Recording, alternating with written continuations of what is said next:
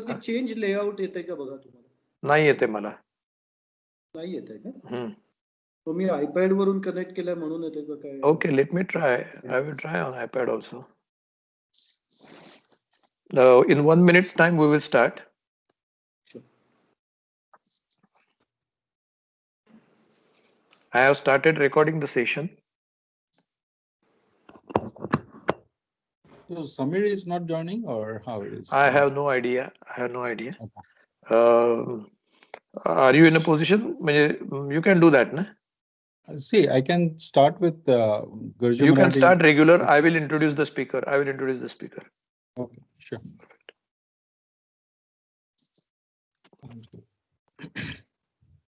If Samir joins, that's a different story. But if he doesn't, then I will take over.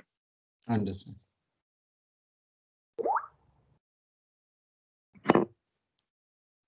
In 1 minute, we are starting. Yeah.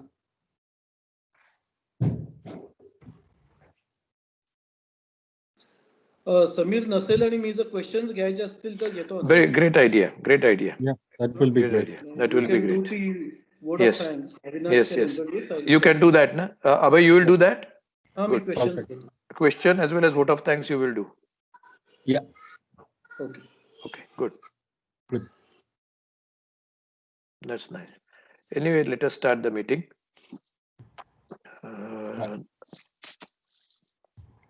Namaskar.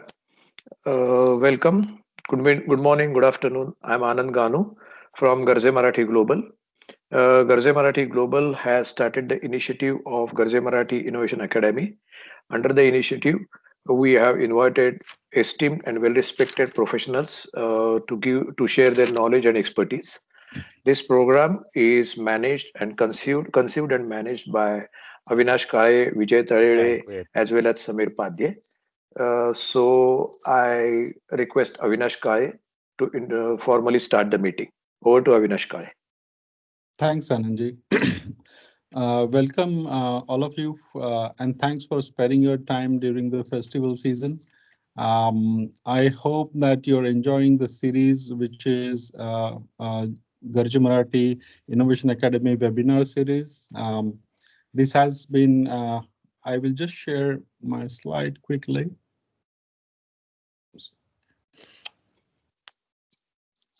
Can you see? No. Oops. Can you see my slide or no? Anandji, I think, okay. Give me a second. Okay. I hope you can see my screen now, right? No, not yet. Not yet. Strange. Okay, sorry. That's okay. No problem. Share the contents. I'm doing the share and the screen, or this one. Yeah, it has started now. I think it will come. It has come. Okay. Yeah. There are no slides. Okay, yeah. Let's carry on. Just one slide. Yeah. So welcome again to Garje Marathi Innovation Academy webinar series. We have started conducting this series since August, and we are getting good success so far. I hope the audience here are enjoying the topics which we have identified so far, both on technology track and business track. And these topics are hopefully useful for your journey in your own startups, scale-ups, and your own businesses. This is meant predominantly for aspiring entrepreneurs who are willing to get into the startup journey of their own.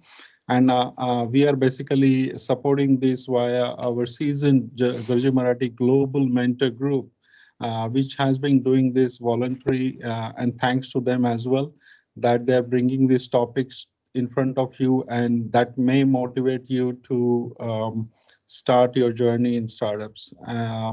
So with this, we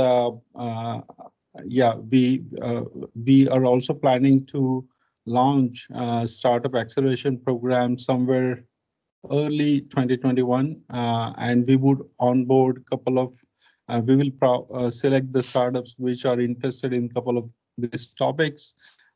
and help them out throughout their startup journey. With this, I would like Anandji to introduce today's speaker, Mr. Lalit, and we will go forward. Over to Anandji. Thanks a lot. Thanks a lot, Avinash. Today we are lucky to have with us Sri Lalit Shinde. His topic of today's discussion webinar, which is an interactive topic, is cybersecurity using ML and AI. I thank Lalit Shinde for sparing his time and agreeing to share his expertise, knowledge, and such a vast experience with members of Garze Marathi. Lalit is industry leader with over 28 years of experience in technology, product management, product development, marketing, channel partnership, as well as business development. Lalit is an inclusive, result-driven, and a visionary executive with an exceptional record of developing breakthrough products and driving introduction to generate the significant revenue, competitive advantage, and market share. With this short introduction, I invite Lalit Shinde to take up the platform and start today's webinar. Over to Sri Lalit Shinde. By the way, one request: stay mute. Ask your questions in chat. Questions those will be taken up by our moderator Abhay Potnes from Qatar, and he will invite you at the end of Lalit's presentation to ask your questions. Those questions we may not be able to answer due to want of time, shortage of time, will be answered by email. Over to Sri Lalit Shinde. Yeah, thank you very much, Anandji. That was really humbling introduction. And thank you, Avinash Padeji, as well as Avinash Kaleji, as well as everybody who's started this Innovation Academy program. I myself enjoying that very much with last few sessions. So today, I'm primarily going to talk about the comprehensive cybersecurity and ML and AI application into that and what it means. So as a part of this, I'll probably have 45 minutes of the talk, and definitely post your questions on the chat window. The more interactive session is better. That's always the feeling. So I will, however, answer all the questions towards the end, but we can go to the relevant slides as needed. So what I'll cover in this part is, what is the current state of the enterprises from cybersecurity perspective, and what are the cybersecurity trends driving various states of this enterprise, and how can they achieve the comprehensive cybersecurity. So I'll define what is comprehensive cybersecurity, what are its requirements, what are the roles of the ML and AI, and walk through one of the real world use case so that all of that comes together. So cybersecurity was never a priority earlier. Last decade, especially last 4 or 5 years, have accelerated that tremendously. It has now become not only C-level priority, but also board level priority. And there are multitudes of reasons for that. Most of the small, medium businesses, if they get hit with cybersecurity attack, almost 70% of those go out of business. So it becomes a business continuity objective itself.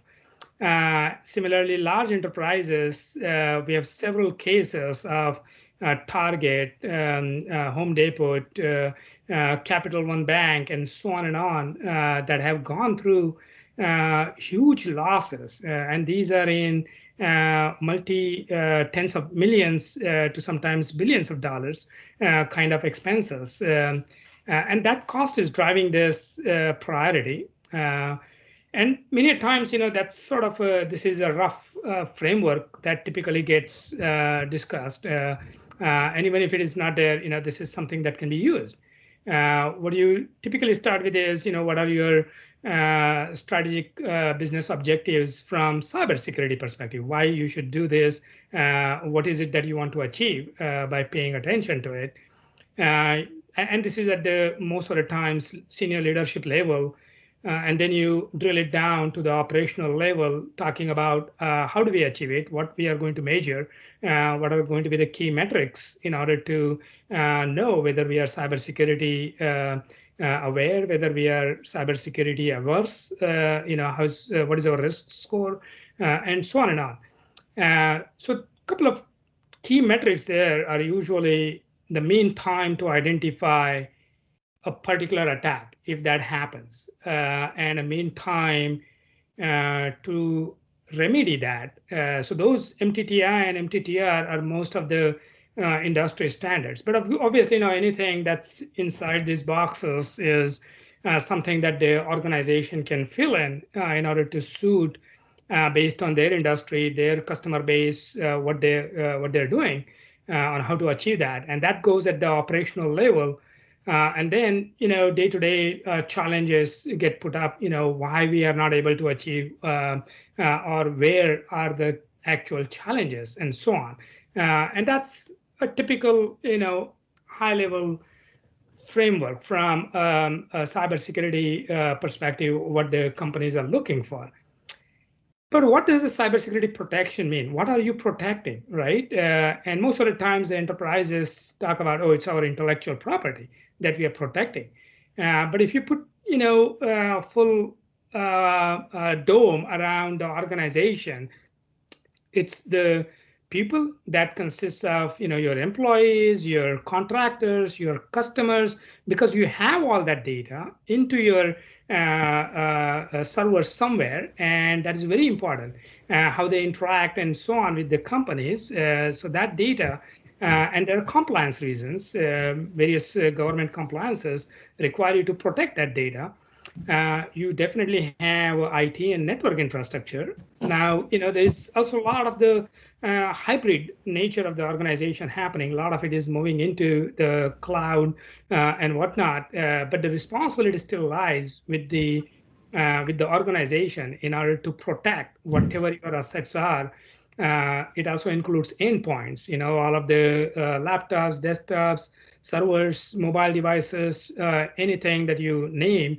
And then, all these applications, databases, where the data constantly moves, right? Gets processed and moves. And a lot of that could be web facing as well in the web servers based on, what the organization is doing. And most importantly, this is changing on an hourly or, ongoing basis constantly. So that puts it very, very dynamic nature. And even when it is not changing, if you just take any example of organization and just ask 3 different departments how many devices or assets we have in the organization, you will very likely get 3 different answers. If you ask it to the IT person, if you ask it to operations person, if you ask it to the financial or HR, all different answers, and same answers come even on the employee side or other side. And that's the problem. You don't know what it is that you're protecting, or you get different answers on that what question. You are in a mess. And that's one of the first thing that we notice. But then what is the biggest challenge in all this? Now, a lot of the people say that protecting the intellectual property is the biggest challenge, right? Because if you lose that, the business is lost, basically. And after that, you cannot survive. But intellectual property, most people take a lot of good care to file patents, to do other things in order to protect that. That's not where these large enterprises spend dollar on. That's not where most of the small, medium businesses go out of business. It's usually the human factor. It's usually the errors done by even smart human beings on a day-to-day basis. As we are interacting with various things, we constantly do our job day in, day out. And we don't keep cybersecurity in our mind constantly. It's just a human nature that we are writing certain documents, we are interacting, doing our job with various applications, customers' data, or any other data, and those errors can happen very seldom. And that's the key point that human error is the most common. And accordingly, there's a tremendous rise in cybersecurity education, training, and whatnot. And that helps. Every bit helps, but that's not sufficient. That doesn't put the comprehensive cybersecurity dome around the organization in order to protect them quickly. The other problem is, and we've done this lot of research almost like 5-6 years back in looking at all the data breaches that were happening in the past decade and what did they have. Most of the data breaches happen in minutes or hours, and that is very, very important data that you cannot rely on a smart IT or security expert to help you within minutes or hours. A lot of automation is required if you want to get ahead of this curve. And secondly, that data does not, the breach attack does not get discovered for quite long. I mean, I think the average numbers today in the industry are somewhere around 200 days to detect attack, cybersecurity attack in an organization. And worse than that is it takes almost 2 more months after that in order to remedy that situation. And most of the organizations struggle because not having enough automation, having a lot of the legacy infrastructure that's just prone to you fix one hole and another hole opens up quickly because there are so many vulnerabilities into that, and so on and on. Now, most of the organizations, what they do, right? Typical large organization, even a mid-level enterprise, we have seen that the most common approach for protecting the enterprise from cybersecurity perspective is defense in depth. And this is a very good approach. Defense in depth is well known. A lot of the analysts and cybersecurity experts will talk about it, that it's a layered approach and one should do it. Typically, it starts with, you definitely have to have a good security hygiene. And by security hygiene, what we mean is, good identity management systems so that you know who's accessing what. You should have a good next-gen firewall so that you control the network segments in providing proper guidance on where the data lies and who's allowed to access which data.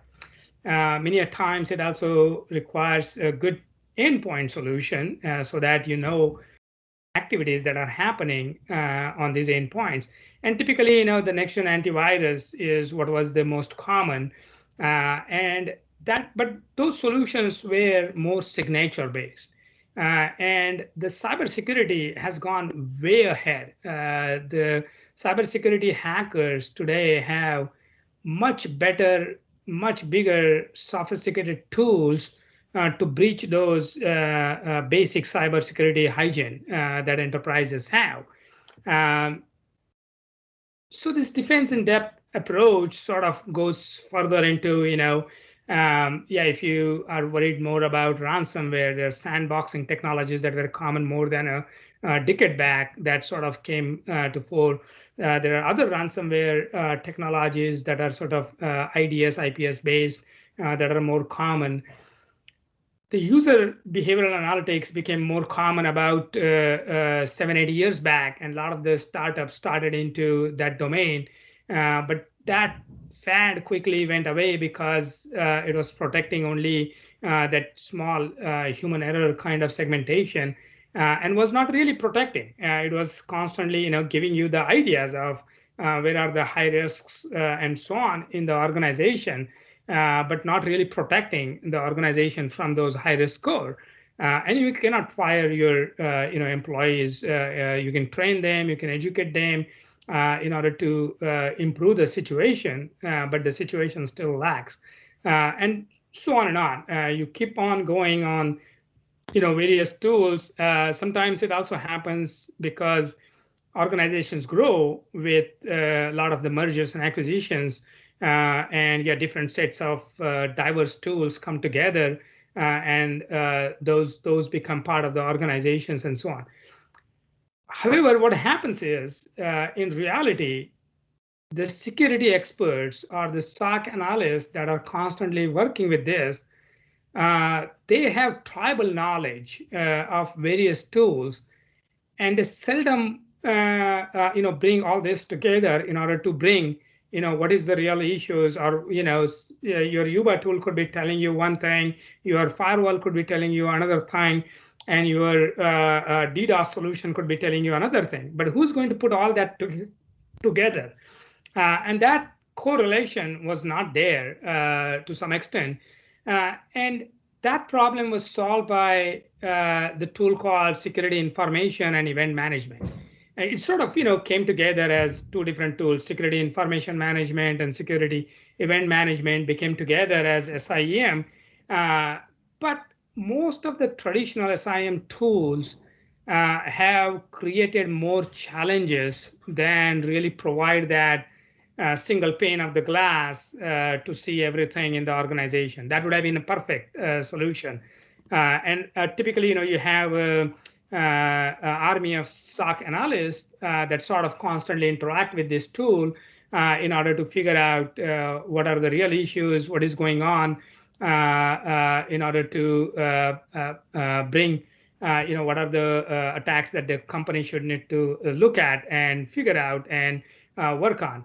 But this is where that research showed that the average time, mean time to identify, was around 200 days with this kind of architectures. And the average time to respond, mean time to respond and remediate the solution was around 60 days after that. And very, very, bad figures. So this approach is good, but it doesn't solve the real problem.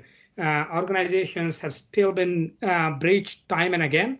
We have seen, Targets, Home Depots, and so on. All these examples that I'm giving. I'm not sort of, going into those examples in detail, but we have done analysis where it showed that these organizations had more than 50 plus cybersecurity tools, and their SOC analyst staff was much bigger than that.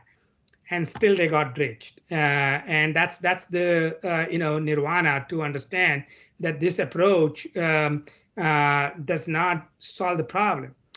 And most importantly, this approach is very costly. The CapEx as well as the OpEx in order to run this is beyond the budget for most of the organizations where the security budget is 5% of your IT budget, and IT budget itself is very small. So it becomes sort of a, you do one thing or other thing and not solve the problem. But almost every organization, whether it's SMB or mid-enterprise, SMEs, small, medium-sized enterprises, they're all need to protect themselves from cybersecurity because that's the need of the hour. So let's look at what are the challenges, right, with this approach. Why this approach is not helping. And that's where a lot of the crux lies, that most of the times it's really the operational complexity of bringing all this together. And SIEM was supposed to solve that problem, but it did not, because it itself required an expert staff to write the rules after rules and fine tune that constantly.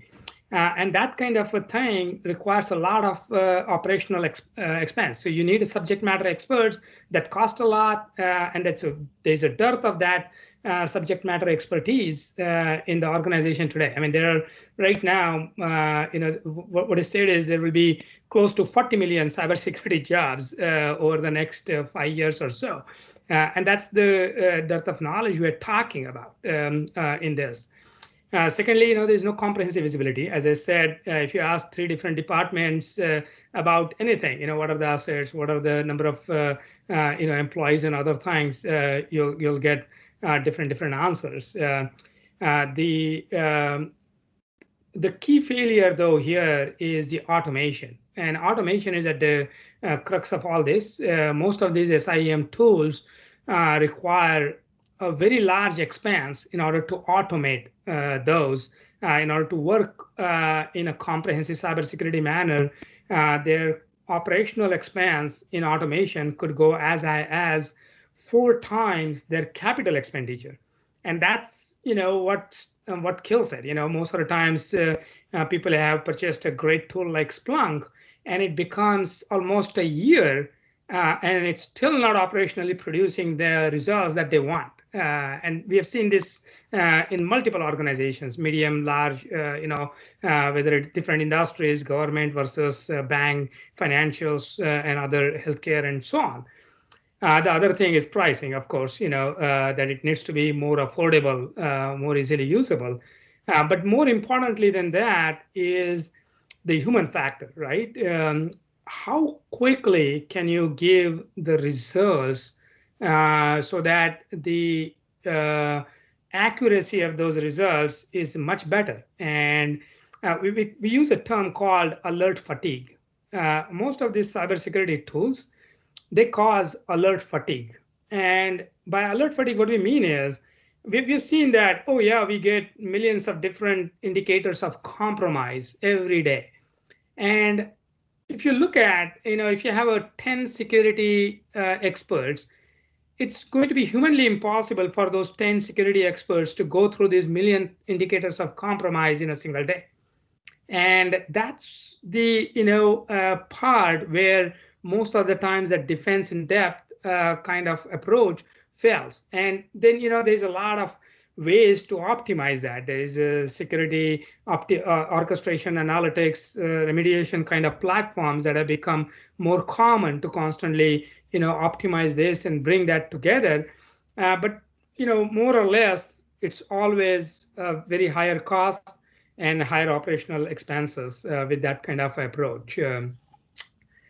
I'm just going to quickly play a small clip to show some other problems with this defense in depth approach, where a CISO may feel a false confidence.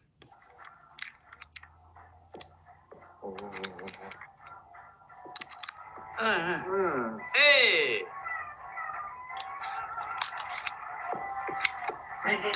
Hey!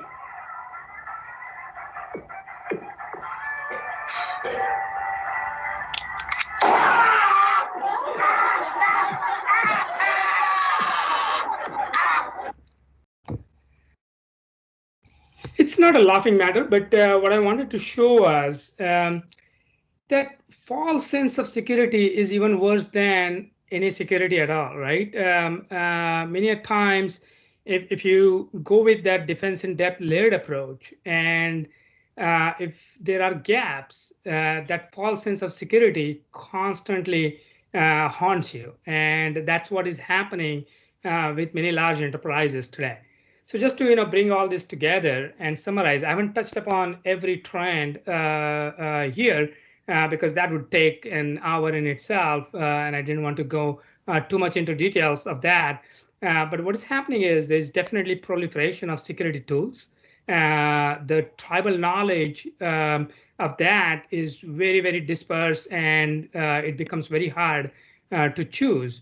And that has given rise to what we call cybersecurity as a service, or SOC as a service. The MSSP market right now is exploding beyond doubt, and that growth rate is one of the highest that we have seen in the industry.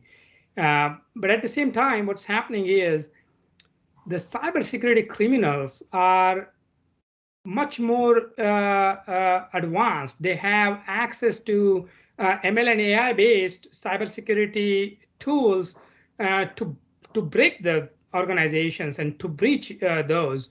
And you cannot fight that with just the legacy cybersecurity tools or that defense in depth approach with those silos. There's also this constant flux of change that is happening. More and more stuff is getting into the cloud. All these newer technologies like 5G are going to expand what is happening with the explosion of the assets, with the COVID-19, what happened is the perimeter actually expanded into the employees' homes, into the contractors' homes. So now you are including what that contractor or employee's home or the remote workplace is going to look like into that equation. On protecting the the organization, you have to take into account that that thing as well. And then the governments themselves have been realizing this and increasing the compliance. Actually, GDPR was one of the first continuous compliance kind of a requirement, because earlier the compliance means you do a compliance test once in a year and voila, you are certified. Those kind of compliances are no more valid. You need a continuous compliance. You need to understand that your state of the enterprise itself is changing constantly. So your posture is changing constantly. If you don't know your security posture constantly, you are at a definitely at risk and much higher risk. And then scarcity of the qualified professionals is causing even more attacks. So let me define what is a comprehensive cybersecurity, right? A comprehensive cybersecurity, when we started about 6 years back, first thing that we did was let's define what that comprehensive cybersecurity will mean to an organization, right? And this requires many a times the network knowledge, and there's a segment called network detection and response. It has been around for more than a decade, and a lot of good tools are there, but that is primarily from getting that comprehensive visibility into everything that moves in the organization, whether it is coming from remote locations, whether it's coming from your own headquarters or branches or data center or anywhere in the world. Even the traffic that is coming to your web-facing servers and so on needs to be constantly tracked and understood. So that network detection and response is one pillar.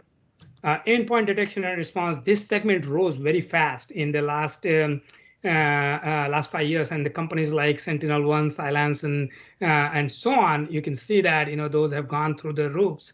One other thing that I'm not showing here, but is a part of the network detection and response, is also identity management. So there are companies that are sort of specialized in that, privileged access controls and so on. That is part of that. You need to understand who is accessing what at all the time, and getting that constantly tracked is very, very important. And then SIEM have gone through leaps and bound changes. Gartner came up with this modern SIM definition, where they included a lot more things into SIEM, rather than, it used to be just lock correlation and the compliance, but it has now gone into, you got to include the user behavior analysis, you got to include the machine learning AI portions of it, and some SOAR capability into it, and so on. But what we think is, this all need to be put together into what we call an XDR kind of a solution. And this term also is becoming very common last 2-3 years. But that XDR can be misused by multiple different ways. When somebody says, oh, we got the XDR solution, you got to ask, do they have all these pillars in order to fulfill that XDR? For example, Palo Alto says, oh, we got an XDR solution, but their that Cortex solution, I wouldn't call it XDR solution. It does not include SIEM into that equation at all. And that is one of the key aspects that if you don't have taken into, you are not an XDR solution, as simple as that. And then this needs to constantly assess the enterprise assets, monitor them, and evolve that risk along the way, and provide that adaptive security posture on demand constantly. If there is an attack going on in the world right now, most of the C-level leadership immediately wants to know how's our organization faring for that. So that adaptive security posture has to be there. You got to have a good amount of attack and breach simulation in place in order to determine, is our organization prone to that attack, or is our organization okay from that attack? And this needs, so attack and breach simulation is another industry altogether, and that's rising up very, very fast. It is right now just $100 million industry, but supposed to go to $1 billion industry within 3 years, and maybe $10 billion industry in 5 years. So very fast growing industry segment in that, but that's definitely required as a part of simulating what is going on in the world. So now that we defined what is the comprehensive cybersecurity, I'm going to talk about what are the key requirements, right? Not, if you just have these 3-4 different tools, it doesn't necessarily mean you got the comprehensive cybersecurity. You got to make sure that this all works together and works in the manner that you want in order to protect any attack that could be happening on the organization, protect the organization from that. So at the bottom of it is pretty much that AI-based streaming platform. And it is, there's a tremendous rise in fast big data technologies over the last decade. A lot of these social networking platforms like Facebook, Twitter, Netflix, and so on, they all became big companies because they all use these fast big data technologies. And these technologies need to be used into the cybersecurity solution constantly if you want the results to be done in real time. Now, there's also another term floating around, which is called big data lake. Don't get me wrong, that the streaming platform is not a big data lake. When somebody says that, oh, we got the big data lake approach and we can do it, what the big data lake approach means is, yeah, we collect all the information and we store in the big data, that big data lake, and then we can, index it, process it, post-process it, and produce the results, do the simulation on that. That's not what we want, because that is giving inherent delays to you. That inherent delay of an hour a day could be enough for the cybersecurity hackers to breach your organization and cause an havoc, right? Because most of these attacks are pretty much within minutes to hours, and that's the most important part. So this platform has to be a streaming platform that produces results in real time. Pretty much, you got to be knowing instantaneously that there was this attack that was happening, and here are the actions that were taken. And one of that point is there as well from the remediation perspective.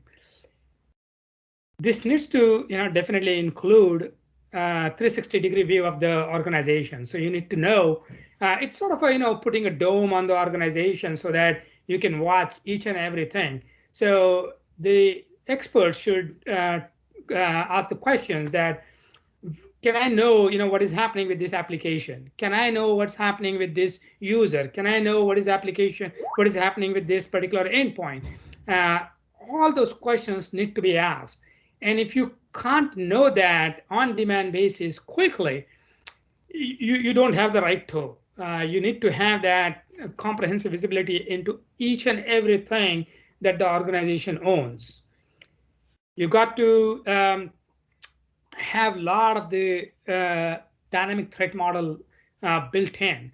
And this is based on that attack and breach simulation I was talking about, that you need to know that will it be on one of the weakest link, right, in the organization that has those vulnerabilities where the attack could happen, and so on. And all that comes through having those inbuilt dynamic threat models. And we call it dynamic threat models. Many people call it various things. There is a MITRE attack matrix, which is very, very common framework that is being used to understand how well an organization does compared to, at least those known attack metrics, and find out whether you fail on particular vector segments. So these dynamic threat models are very, very important, and it should be an inherent part of that solution that you have in place.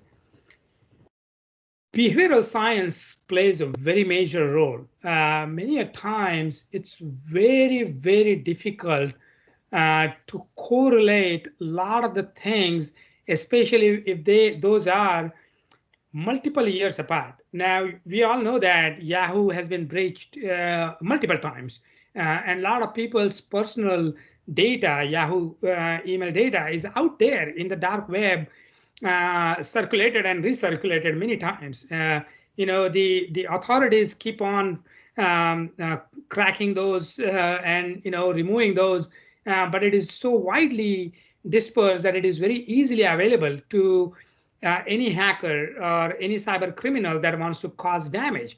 And you don't know how this data gets used. And that's why the situational context as well as the historical context is very, very important. And that's why the behavioral science, which should be for everybody, not only just the users, but applications, databases, how your databases are accessed and behave, is very, very important and needs to be learned, and any anomaly in those behavioral models need to be flagged immediately. But what happens is, if you just include the machine learning based, those UEBA tools, why they failed? They failed primarily because they just generated too much data. They just kept on saying, oh, here are all the anomalies in the organization. And if you get those, millions of anomalies every day, who has time and energy to go through all that in order to figure out, is this a real issue, or is this an anomaly that's okay to have? And I'll explain a lot of these things as we go through some of the use cases, right? Advanced correlation is prime importance, right? Having that historical context that is modeled, where we know how an organization profile looks like, how an user profile looks like, how an application profile looks like, how a database profile looks like, and knowing that historically this is what has happened, but here are the anomalies through behavioral science. But then you need to put that into the situational context, that if this user logged in out of the working hours every day, 8 to 5 is his working hours. Suddenly one fine day, the user logged in, he or she logged in at 9 p.m. doesn't necessarily mean that's a problem, right? That's an anomaly that will get detected through behavioral science. But is that a problem? Through the situational context, that needs to be analyzed and only trigger what really matters. And that's where the alert fatigue goes down, right? Otherwise, the team, the SOC expert team, keeps spending their time on this mundane work in following up various threats that are not there, really. Proactive threat detection and automated response, very, very important that, so you correlate all this and you only tell what is a real alert and weed out everything else that is not to be looked at. That alert fatigue needs to be, completely removed by this solution. And in a day, if you have more than 2 or 3 things to look at from cybersecurity perspective, you have a wrong solution in place. That's the thumb rule that we say per SOC analyst, and it should be even lesser if you do automate correctly. Many a times you have seen that it's much lesser. There's no attack happening, nothing to worry about. Work as usual, and a lot of this needs to happen in automated manner. But if there is an attack happening, if you detect that early enough in the cycle, that response needs to be automated as well. You need to have that automated framework that can work with your network, with the users, with the endpoints, in order to push appropriate policies in order to stop that attack in its footsteps immediately. And this has to be a dynamic in nature, right? Dynamic security posture. You should be able to integrate cloud nature. You should be, yeah, we started using this new SaaS application. You should be able to take into account all those things. COVID-19 happened. People started working from home. You need to take that into account. If you don't take that into account, you're not handling the dynamic posture of the organization that needs to be included. And then the global threat intelligence. This is sort of, not only you need to look at what's happening inside organization and organization's interaction with the external world, you need to constantly be on top of what's happening in the external world, right? And having that global threat intelligence constantly fade into this solution is prime importance from that viewpoint. So those are some of the, I'm showing all this so that when you look at a comprehensive cybersecurity, you can ask these questions. Is our organization doing all this? Does the solution have all this? And if it doesn't, you have gaps, and that comprehensive security is not complete. So here is an example of a platform that sort of provides that comprehensive cybersecurity. And remember, this is how I'm talking about, these are all various technologies. I'm not going to go into each of those in detail, but it needs to have a combination of these into the platform so that you get the end results that you want. And many times that means that this solution or the platform needs to work with all of the endpoints, with the raw logs, with the mobile devices, with the remote nature of the organization. It needs to work with all of the network infrastructure. It needs to work with all of the security tools that could be there inside. It needs to handle the hybrid nature of the organization, so the cloud nature of the organization, and it needs to have that identity built into it as well. And this is just an example of how a platform that uses all these different multitudes of data sources can use it. It should have all these different engines built in. Right? These are, there's a machine learning behavioral science involved into that. There are dynamic threat models that know exactly how various attack vectors work. And this is kind of thinking from cybersecurity perspective, right? How a cybersecurity attacker works, whether it's a phishing attack or whether it is a DNS attack, or whether it is just a compromised credential-based attack. And there are tons and tons of examples. MITRE ATT&CK metrics is very widely known, and a lot of the standards are driven from that perspective. So this dynamic threat model engine needs to include all that. There's also a lot of the situational and historical context that needs to come in. So that advanced correlation is doing that constantly, along with security analytics, along with global threat intelligence that's pulled in. And then if you do detect that, yes, this looks like an attack that's waiting to happen, you got to immediately have an actionable intelligence, right? If it's a DDoS kind of attack, which could be a network protocol flood, right? TCP SYN attack, or it could be something totally different, IoT-based attack that happened on a Netflix, for example. It almost took a day or so for them to fix that before the Netflix service was reinstated. So having that actionable intelligence, that if there is an attack, how can we stop this in its footsteps instantaneously, right? That actionable intelligence to push appropriate policies, whether it is to the firewall, whether it is to the identity management, whether it is network access control, whether it is just the network router switches, or even the endpoints, right? Just stopping a particular process, quarantining that automatically, and things like that needs to be quick actionable intelligence and taken into account immediately, so that you stop that attack from causing any damage in real time.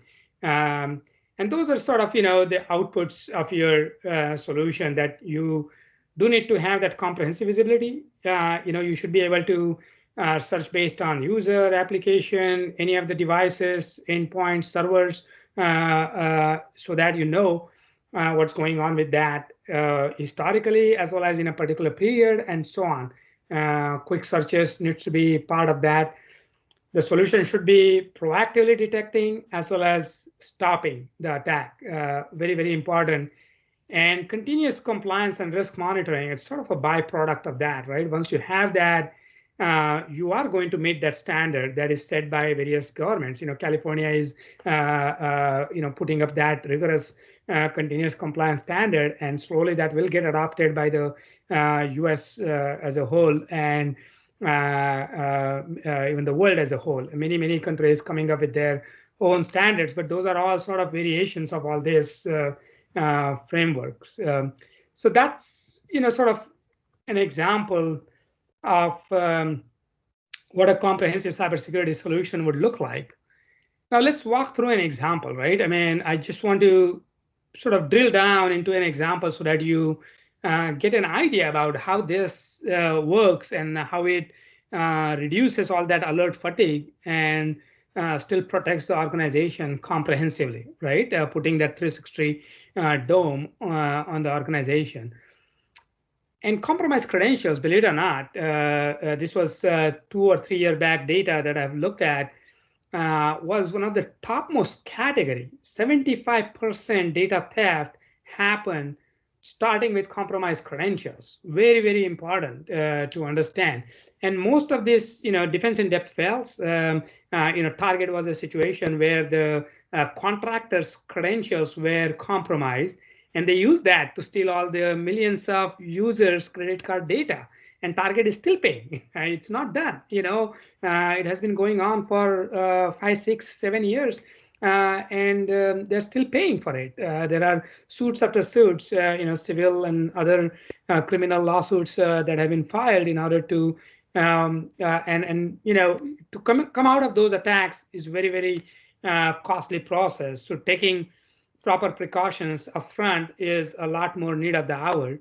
So let's look at, you have a typical organization with, your employees, contractors, other actors sort of working day in, day out in this. You have various critical databases, you have high value critical assets and whatnot. And let's, so I'm using SIEM and XDR as 2 examples to show how it works together.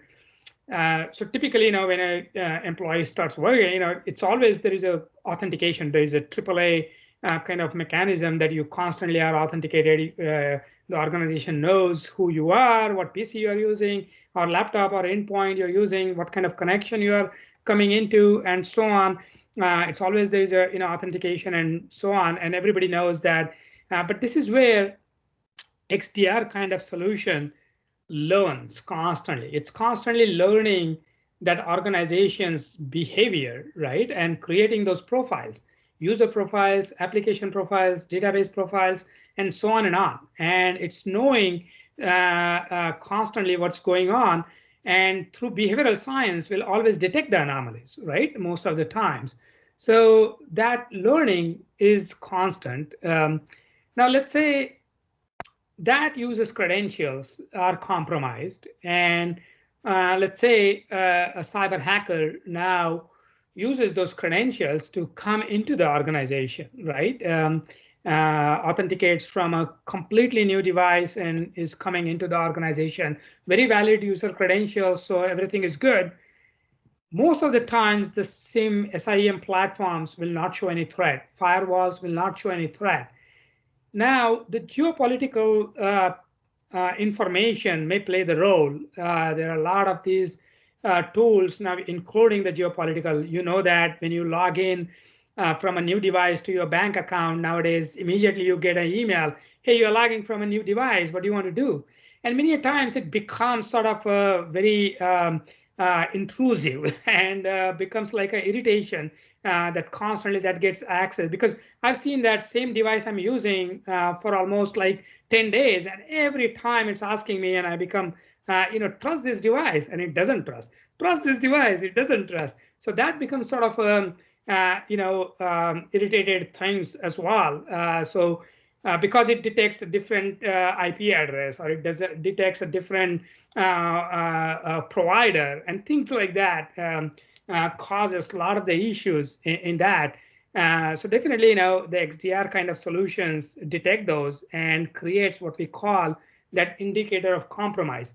But this indicator of compromise are that alert fatigue I'm talking about, right? It's irritation. It's, if you keep giving me all these indicators of compromise, after a while, it's kind of, I don't want to care about this anymore. You're constantly alerting me on something that's false positive. And eventually, when the actual attack happens, you miss that. And that's the most important thing to understand, that machine learning alone is not a good thing to have, and that's where the UEBA tools failed primarily. XDR, or compromised, cybersecurity, comprehensive cybersecurity kind of tool. What that does is, it knows that, it's an indicator of compromise. Sure, it will track that. It knows that there are these millions of different indicators of compromise. It's tracking that, but it will not alert you. It will say that, I know this, that this user has logged in either at odd time, or odd hours, or a totally new connection, VPN connection, or from a totally new device. I'll track this. What else this user is going to do, right? What else is happening? Now, most of the times, the cyber criminals don't want to do what this user is typically doing. A typical user will do, oh yeah, I'm working on this application, I'm updating these databases, I'm updating that data, I'm exchanging these emails, and while I'm done, right? That kind of a normal behavioral pattern is already learned. But cyber criminals don't know that. What they know is, now, of course, there are some exceptional other cases like business email compromise and others that we know that those have their other threat models. I'm not talking about that yet, right? I'm talking about just a plain simple compromised credentials, where the credentials are used to log in. Those are valid, but a target case where now these credentials are used from a contractor to go and access something that's very high value asset. It's a customer's credit card information. And the minute they access that, these threat models and that advanced correlation detects that and knows that, or that situational context tells it instantaneously that there are various things that immediately match up to indicate that, this is a compromised credentials based attack. And instantaneously, in that second or minute, it will take actions, send out various alert notifications, as well as push the policies.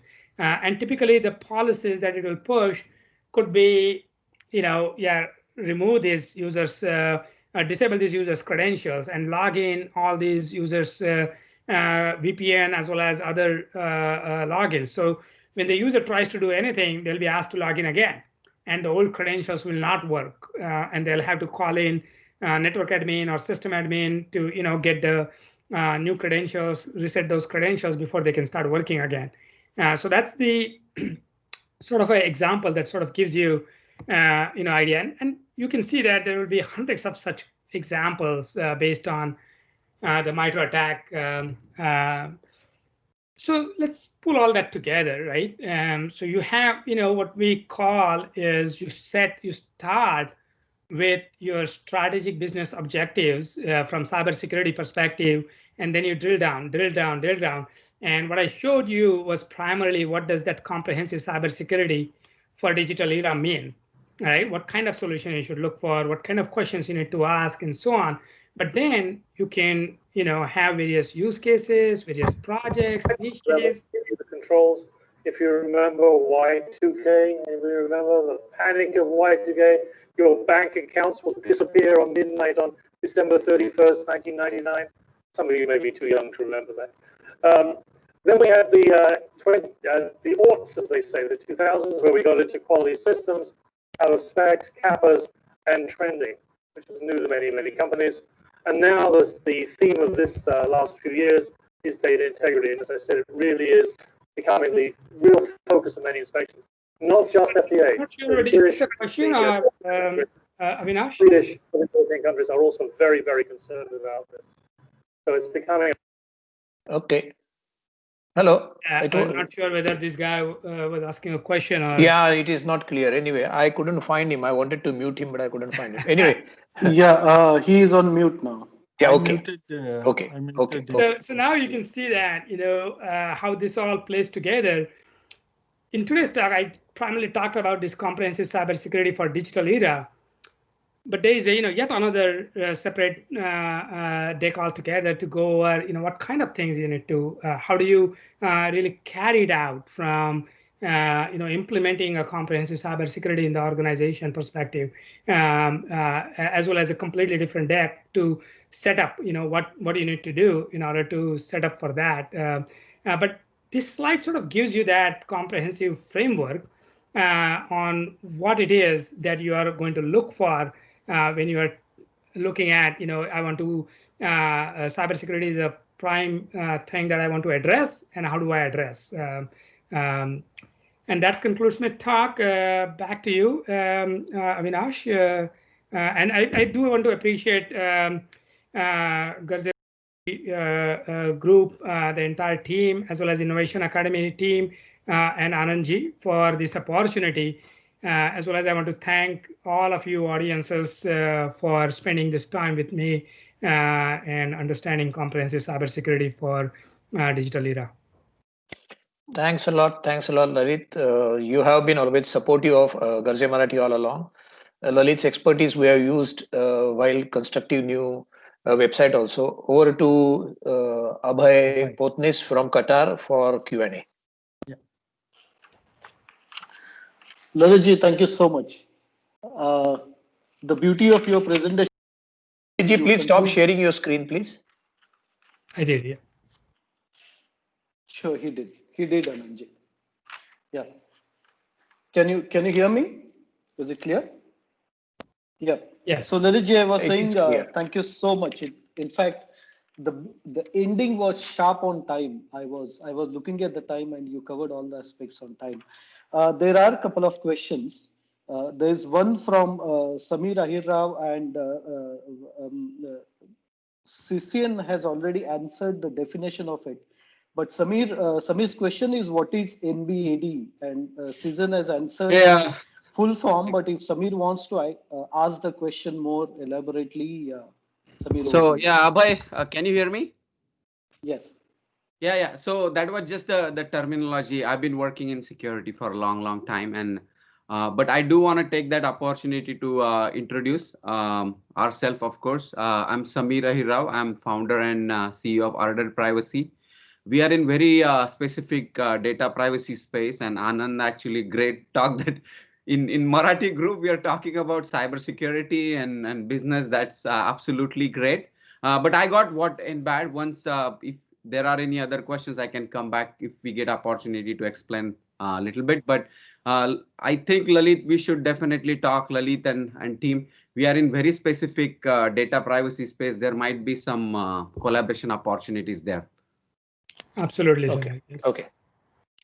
Thank you, Samir. Just for the audience, there are a couple of just for the audience sake, NBAD is network behavioral anomaly detection. So NDR sort of includes that. There are also some terms used by Gartner like network traffic analysis, NTA. These are all sort of NDR solutions typically. Okay. Avinash, Abhay? Yeah. Abhay, go ahead. There are a couple of very interesting questions from Avinash Kari. The first question I will ask, and second, Avinash, you can continue. A very interesting question and very relevant question, I must say, Lalitji. His question is, there are a lot of connected medical devices right now, right? And what are the cybersecurity risks for these connected devices? Very interesting question, I guess. It is huge. I think healthcare and pharma is one of the green markets for cybersecurity attacks, right? Cyber criminals slowly and steadily, and this is happening already, right? New Jersey, Philadelphia, several hospitals got attacked in those areas, and that attack could be life taking, right? Because when a particular medical device or medical person cannot do the job, that is life threatening, right? Somebody's life could be online. So cybersecurity is not just important from enterprises perspective, but it touches upon so much different aspects. So healthcare and pharmaceuticals, those are the prime industries. And I think there has been a lot of innovation going on. Definitely, don't get me wrong, the databases that are used and so on, we are working with a lot of those companies, partnering with those in order to build a framework that suits the hospitals, that how do we protect those. And similarly, there are also other things like utilities, day-to-day things that are very essential for everybody, right? And these are sort of national assets, right? So the government, public sector, all that, very, very important segments in that sense. And there are a lot of what I showed was more like from, what all things you need to question. And each industry specific, there could be so many different different data points that you could get in order to come up with what kind of tools are required in order to get all this information and protect that information. Thanks. Thank you.